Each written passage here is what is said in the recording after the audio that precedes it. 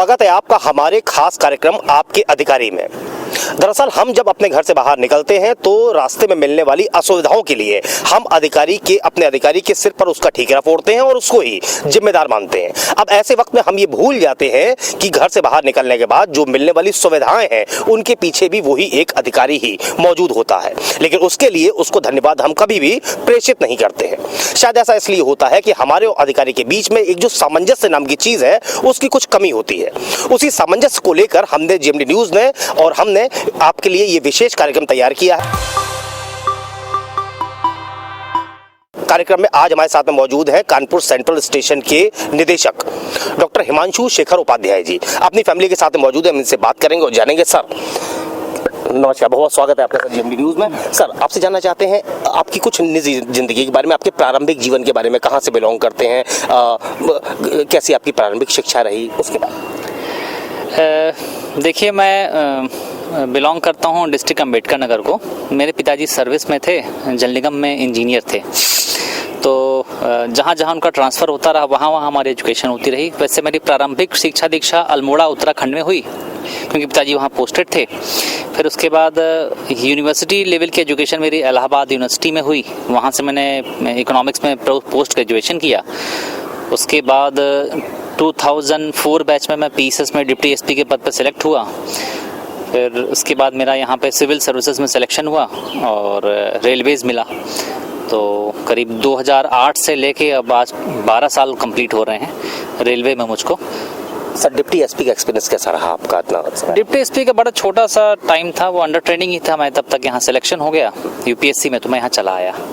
Sir बहुत सी जगहों पर आपने बताया आप रहे, फादर की ट्रांसफरेबल जॉब थी। कौन सा जिला या कौन सी जगह ऐसी थी जो आपको सबसे ज़्यादा पसंद आई? मुझे अल्मोड़ा सबसे अच्छा लगा। एक तो बच्चे थे प्रकृति की गोद में, पहाड़ी शहर, हिल स्टेशन, और वहाँ बहुत अच्छा लगता था। अभी भी सारे बचपन मेरा चूँकि वहीं बीता, तो सारे अच्छे बचपन के जो पुराने दोस्त हैं वो अल्मोड़ा के ही हैं। इसके बाद इंटरमीडिएट मैंने आजमगढ़ से किया था, तो इंटरमीडिएट के भी कुछ दोस्त हैं जो अच्छे हैं, लेकिन मुझे सबसे अच्छा अल्मोड़ा ही लगा। अभी भी वो जहन में बसा हुआ है और मैं अपनी पत्नी से कभी कभी कहता भी हूँ चलो अल्मोड़ा चलते हैं, चलो अल्मोड़ा चलते हैं। तो बार बार ये कहती भी तुम तो हमेशा अल्मोड़ा ही चलने को तैयार रहते हो, कहीं और भी चलो। सर लेकिन अल्मोड़ा की तो बात होगी, लेकिन आपने मैरिज की बात नहीं बताई कि आखिर कब परिणय सूत्र बंधे, कैसा वो समय था, क्या एक्सपीरियंस था? मेरी शादी 20 नवंबर 2008 को हुई थी। उस टाइम पे मैं डिप्टी एसपी में था और सिविल सर्विस ज्वाइन करने वाला था।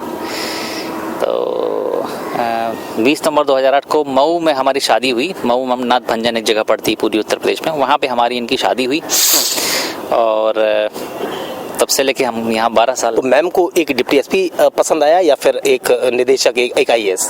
मैम को हिमांशु पसंद आया, हिमांशु शेखर उपाध्याय पसंद आया, न कि डिप्टी एसपी और न कि सिविल सर्वेंट। सर कानपुर आए हैं, कानपुर शहर के बारे में क्या एक्सपीरियंस है, कैसा महसूस करते हैं, क्या क्या अच्छी चीज़ें यहाँ पर लगती हैं, क्या पसंद आता है? देखिए, कानपुर में एक तो इस शहर की सबसे बड़ी बात है, इस शहर में बहुत जीवंतता है। यहाँ के लोगों में बहुत जीवंतता है, बहुत ही लाइवली लोग हैं। ये डेड सिटी नहीं है, ये बहुत ही लाइवली सिटी है as compare to other cities. जैसे इलाहाबाद में एक ठहराव सा है, या आप लखनऊ की बात करें तो लखनऊ में इतना गवर्नमेंट ने इंफ्रास्ट्रक्चर पे इतना खर्च किया, इतना डेवलपमेंट किया है, लेकिन कुछ जैसे कहते हैं फॉर्मेलिटी ज़्यादा है लखनऊ में। और यहाँ क्या है, यहाँ तो आदमी अल्हड़ मस्त है। या तो बनारस में मैंने ऐसी मस्ती देखी या कानपुर में देखी। सर कुछ फ्रेंड्स होंगे आपके अपने टाइम में, पढ़ाई के टाइम में, और क्या आज उनसे संपर्क है, क्या उनसे बातचीत हो पाती है? इतने बिजी शेड्यूल में कैसे उन्हें समय दे पाते हैं? देखिए, रेगुलर बातचीत तो किसी से संभव नहीं है आजकल के समय में, क्योंकि मैं और मेरे दोस्त सभी अपने अपने ज़िंदगी में, अपने अपने फैमिली लाइफ में, प्रोफेशनल लाइफ में बिजी हैं।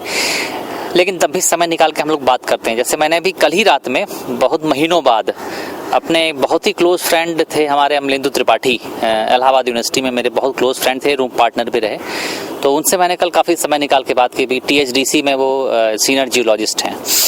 इसी तरह से सिविल सर्विस में के दौरान जो दोस्त बने, कुछ यूनिवर्सिटी में जो दोस्त बने, जो स्कूल टाइम के कुछ दोस्त थे, सबसे समय समय पर बातचीत होती है। लेकिन हाँ, समय कम मिल पाता है और पुराना समय याद आता है, तभी कुछ पुराना नॉस्टैल्जिया डेवलप होता है, कुछ नॉस्टैल्जिया, कुछ पुरानी बातें याद आती हैं, तभी भावनाएं उफान मारती हैं और बात करता हूँ मैं। सर हॉबीज क्या क्या हैं, क्या पसंद करते हैं, क्या क्या क्या हॉबीज है? मेरी हॉबीज़ हैं गार्डनिंग और गौ पालन। मैंने यहाँ पे भी अपने मकान में भी, जब से मैं नौकरी में आया हूँ तब से मैंने देसी गाय रखी हैं, तो मैं गार्डनिंग करता हूँ, गार्डनिंग मेरा इंटरेस्ट है, और गाय पालने में, देसी गाय पालने में मेरा बड़ा मन लगता है।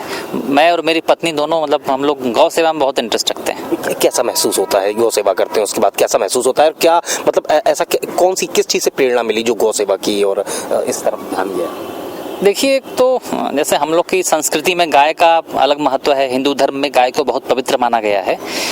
और दूसरा क्या होता है कि गाय ऐसी होती है कि जितना हम इसको देते हैं उससे कई गुना अधिक हमें देती है। अगर आप इसको प्रेम देंगे तो आपको विश्वास नहीं होगा।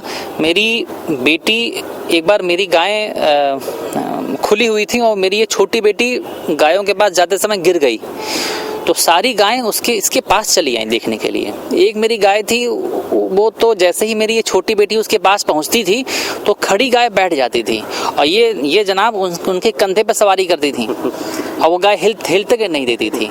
तो मुझे बड़ा, ओवरऑल बीइंग हिंदू या बीइंग मतलब रिलीजियस पर्सन, या एक हमारे संस्कृति में जो गाय का महत्व है, तो गाय की सेवा करके बहुत संतुष्टि महसूस होती है। सर इतना जिम्मेदारी वाला पद आप संभाल रहे हैं, डायरेक्टरशिप है आपके हाथ में, सर कैसे समय दे पाते हैं परिवार को? क्या कुछ शिकायतें भी आती हैं परिवार की तरफ से? शिकायतें मैं कहूँगा तो अच्छा नहीं लगेगा, ये मैडम ही बता देंगी आपको क्या शिकायतें हैं।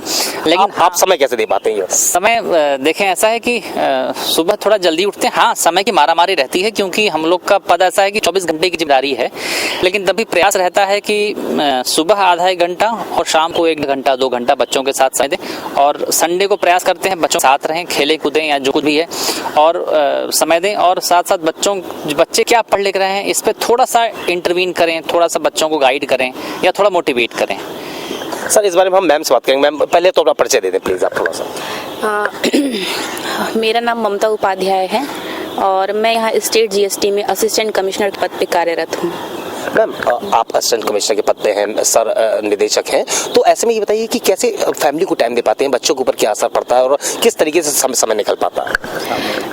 ऑब्वियसली इसमें हम दोनों मिलके ही बच्चों को देख पाते हैं। जैसे मेरा ऑफिस यहाँ से बहुत दूर है, तो करीब यहाँ से 15 किलोमीटर है, तो लंच में तो मैं आ नहीं पाती हूँ, तो सर आ जाते हैं लंच में, तो करीब 1.5-2 घंटे बच्चों के साथ बिताते हैं, फिर शाम को 5:30 तक मैं वापस आ जाती हूँ। 10 से 5 मेरा ऑफिस रहता है, मैं वापस आ जाती हूँ। मैम आप तो 10 से 5 का ऑफिस रहता है, लेकिन सर को तो रात में भी जाना पड़ता है और कोई टाइमिंग नहीं होती, तो मैं घर पे रहती हूँ।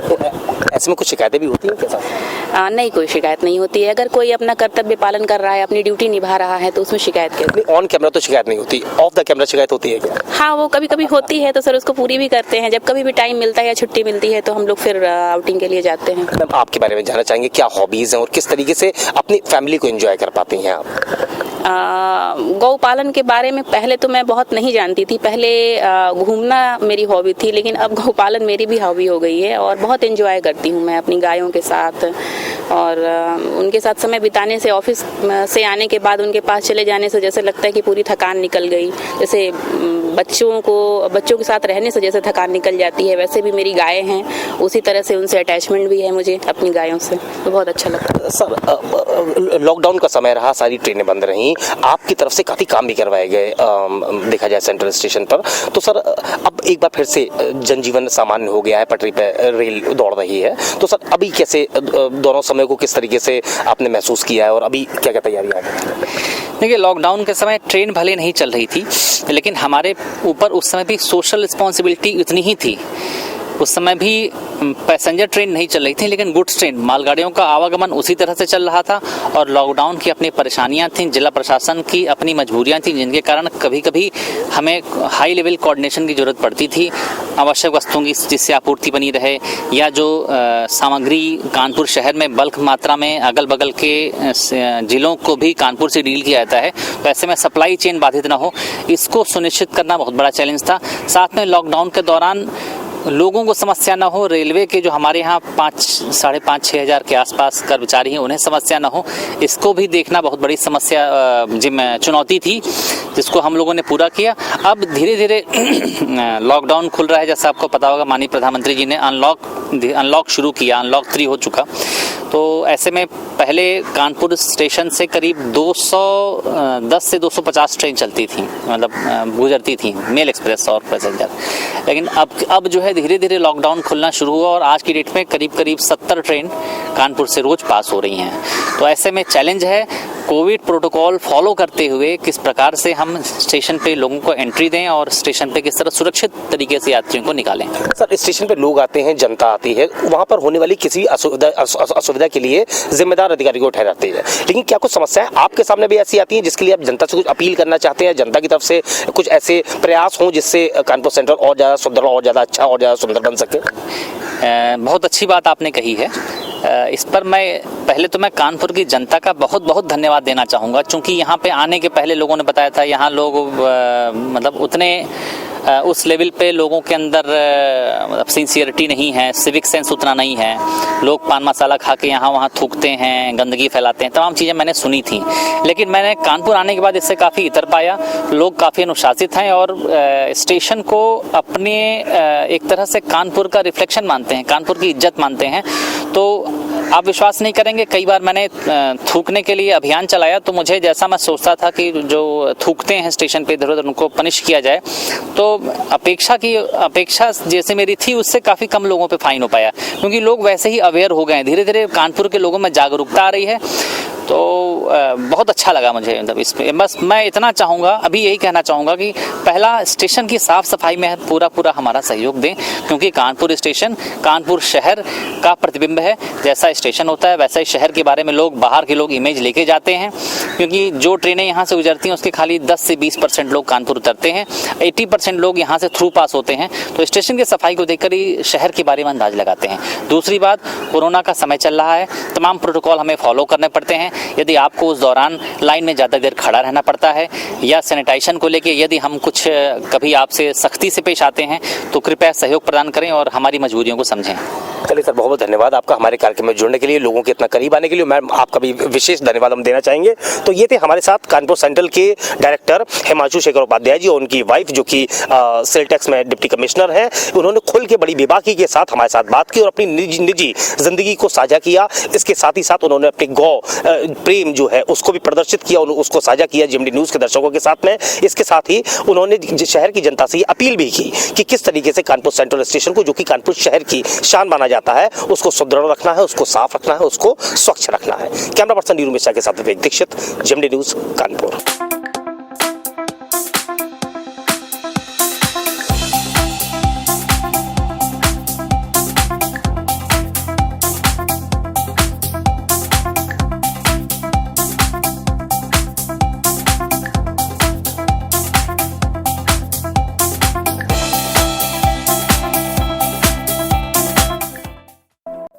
Grand Keith Hotels.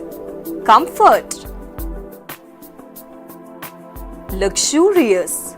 Exclusive. Excellent rooms and suites with modern facilities. Banquet hall. Conference hall. Multi-cuisine restaurant.